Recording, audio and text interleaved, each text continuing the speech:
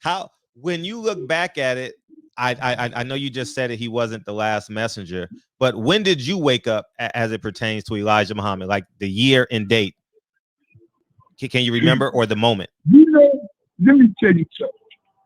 And believe it or not, friend, I've been woke. When I saw the shit that was going down in Chicago and the shit that was going down in New York, it was crazy. And when Junior came in that FOI with that bullshit, talking about he wanted Malcolm Tone on a plot in Chicago. Now listen to this. See that? See Herbert and Wallace were the smartest two of them.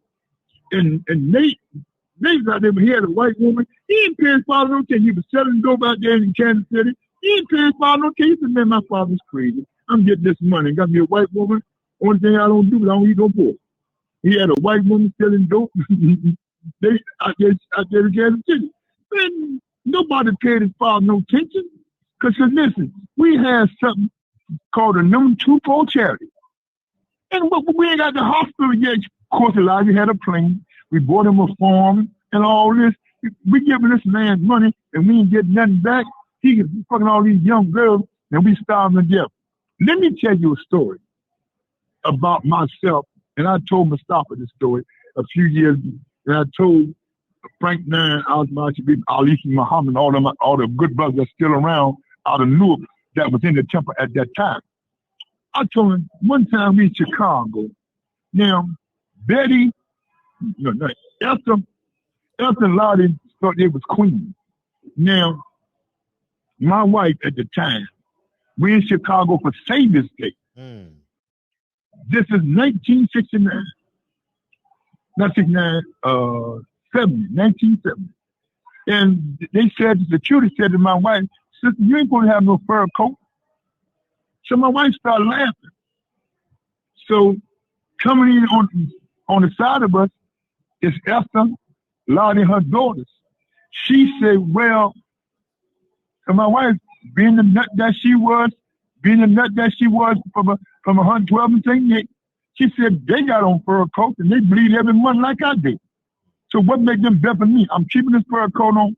So brother, so they went and got Raymond. It went and got Captain Raymond. He said to me, I said, brother, my wife from the hood, 112 St. Nick, her mother grew up in North Philly. So I don't tell her what to say. She speak her own mind. I ain't letting the other say, I let her speak her own mind. Brother, she said, I'm got this fur coat. They said, well, you can't come on. You got to give us the fur coat. Take my fur coat and let it give it to one of Elijah's teenage lovers. My wife said, that's not going to happen. And they suspended her. She didn't come back in the mosque till 5 years later when the man Wealthy Muhammad took over. So you see that then they had certain people could do certain things if you were in that high echelon. And I believe John Ali can testify that with his rat ass. So first of all, see, some women could do what they want to do, and some women couldn't. And I'm telling you as a fact, I don't care if her children don't like it. Lord in the Esther wasn't no fucking angel. Listen, Raymond Sharif wasn't getting no money. The father was taking care of them grown ass women. You see, when Raymond Sharif died, he was driving a taxi because Imam Wabi Muhammad came in and cut off the money. I came to my own realization in 1973, after the theology of time, when he brought all them white folks on stage, after all them years of calling them devils and fucking all them young girls, now all of a sudden he want to repent because he knew the end was coming. That's the bottom line. I took a stand. I came to realize that we was being tricked in 1973 Saviour's Day, the theology of time. Next question. What year were you born, Mr. Muhammad? Oh, what year I was born? Yes. What? Yes, what year were you born? What I got to do with me? You ain't called me as when I was born. You called me to talk about 25. No, no, because you said 1973, so I wanted to give people like how old you were and stuff like that. That's all. 1973. I came 1973. I came, my birthday is June 18th, 1943.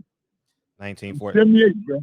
What I'm 78, y'all. I was 40 when I realized I was still doing my thing in the streets of Philadelphia. For them to know since Fred worded me to death, I was damn near 40 in 73 theology of time.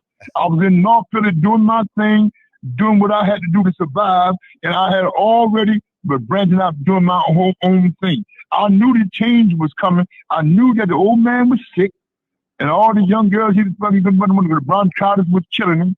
So I was damn near 40 in 73 theology time of Saviour's Day. I was like a few months away because I was born in June and Saviour's Day in February.